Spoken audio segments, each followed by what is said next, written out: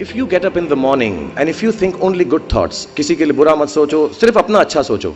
मैं बड़ा सेल्फिश आदमी हूं और मैं बिलीव करता हूं कि अगर दूसरों का सोचने का मौका ना मिले, अपने लिए भी सिर्फ अच्छी बात सोचो। ये मत सोचो कि दूसरा हार जाए, ये सोचो कि मैं कैसे जीतूं।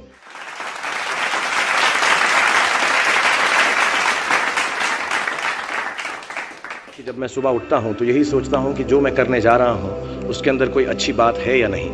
और मैं बहुत किताबें पढ़ता हूं। As a matter of fact मेरे पास खुद कुछ 15 या 20 हज़ार किताबें मेरे पास घर में हैं और मैं हर वक्त दिन में 3 किताबें एक साथ पढ़ता हूँ।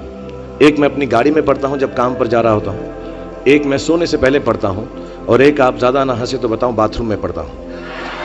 सो आई रीड ऑल 3 बुक्स। और मैंने बहुत सारी सेल्फ हेल्प और सेल्फ रियलाइजेशन की किताबें भी पढ़ी हैं, लेकिन इस किताब की एक यूनिकनेस है।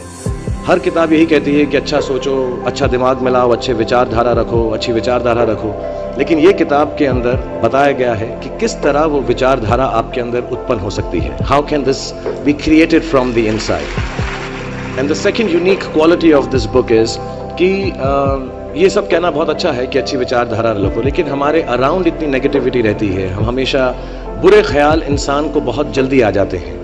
बट ये किताब के अंदर ये भी बताया गया है कि कैसे वो सेंटर को, वो सोर्स को टैप करके हम बुरे ख्यालातों से बचें।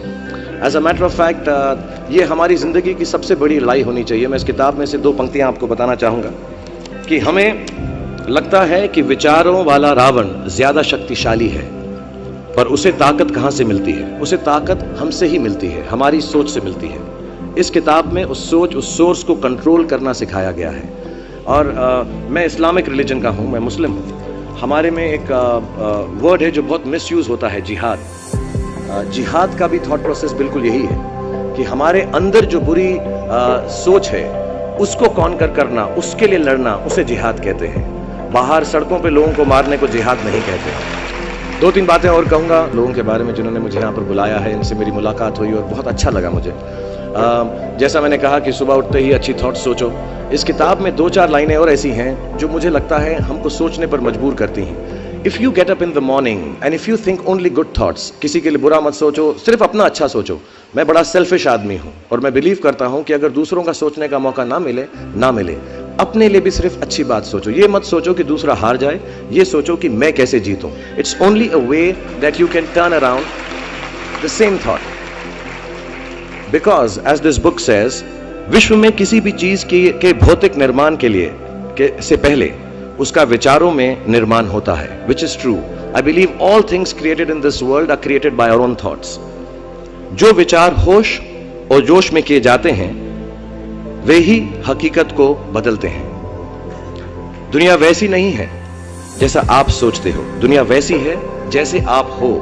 सो जो भी आपको कभी कभार दिल में आता है कि ये इंसान में से अच्छाई नहीं कर रहा है, ये घटिया है, ये बुरा है, ये जो सिचुएशन है अच्छी नहीं है, as a matter of fact अगर आप अपना नजरिया बदल के रात को सोने से पहले उसी आदमी के बारे में उसके पॉइंट ऑफ व्यू से देखें, उसी सिचुएशन को एकदम नेगेटिविटी के बिना देखें, तो आपको मालूम पड़ेगा कि सिचुएशन इतनी बुरी नहीं है। आपके अराउंड जो लोग हैं, दोस्त हैं या दुश्मन जिन्हें आप समझते हैं, वो एक्चुअली दुश्मन नहीं हैं। So it is the way you think of the world, that is how the world will look to you, is the most important aspect of this book. मुझे अपनी भी मुझसे पूछा इन्होंने सवाल, मैंने पूरा जवाब नहीं दिया कि मैं जब छोटा था तो कैसा सोचता था।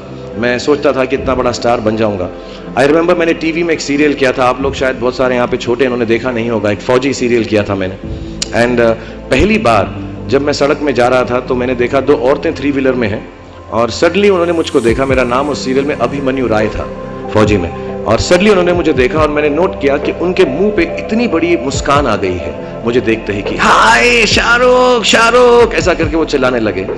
And to me the greatest moment in my life and the greatest desire in my life became कि मैं लोगों को मुस्कुराने की रीजन दे सकूं, उनको मुस्कुराने का रीजन दे सकूं। तो जब मैं मुंबई आया, जैसे जवान लोगों के थॉट्स होते हैं कि मैं बहुत पैसे कमाऊंगा, बहुत नाम कमाऊंगा, बड़ा घर करूंगा, मेरे दिमाग में 2 मेन चीजें इन सब मटेरियल चीजों के पीछे थी। आज मेरे पास अल्लाह के फजल करम से सब है, लेकिन इन चीजों के पीछे, ये गाड़ी मांगने के पीछे, घर मांगने के पीछे, और मुझे लगता नहीं ये बुरा है। I think all of you should imagine all the good material things that you want, but behind them there were two good thoughts. One, मेरे माँ बाप की डेथ हो चुकी थी एंड मेरे दिल में एक ही अरमान था कि अगर मुझे कोई बड़ा फिल्म फेयर का जैसा अवार्ड मिले तो वो मैं अपनी माँ की याद में अर्पित कर सकूं. तो my main dream was that I should win the award and become so big that my mother can see me from heaven. मेरे दिल में ये था. और दूसरी बात ये थी कि जो भी मैं काम करूं, जितने साल भी मैं काम करूं, मैं लोगों को मुस्कुराने के रीजंस देता रहूं. So my thoughts were always very positive. My reasons were very, very clear कि I will do this to bring smiles to people's faces. And that's the God's honest truth. Today sometimes I don't need any of it, but I keep working day and night, 20 hours a day. मेरे बेटे का जन्मदिन था परसों और उसने कहा आप मेरे साथ नहीं हो. नहीं, मैंने कहा मैं काम पे जाऊंगा बिकॉज लोगों की मुस्कुराहट मेरे लिए सबसे ज्यादा अहम है. So if you have a good reason,